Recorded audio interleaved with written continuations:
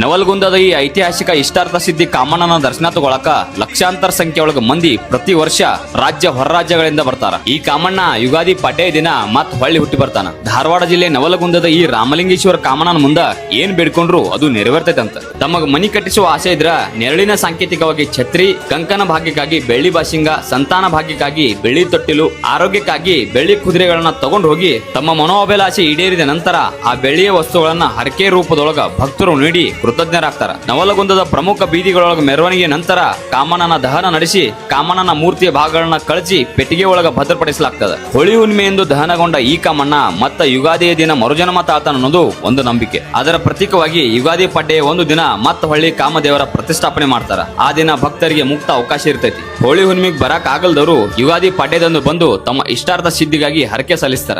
ಈ ಕಾಮದೇವರಿಗೆ ಪೂಜಾರಿಗಳೇ ಇಲ್ಲದು ಒಂದು ವಿಶೇಷ. ಹಿಂಗ ಇಲ್ಲಿಗೆ ದೂರ ದೂರದಿಂದ ಬರೋ ಭಕ್ತಾದಿಗಳಿಗೆ ದಿನದ 24 ಗಂಟೆನೂ ಅನ್ನ ಪ್ರಸಾದದ ವ್ಯವಸ್ಥೆ ಇರ್ತೈತಿ.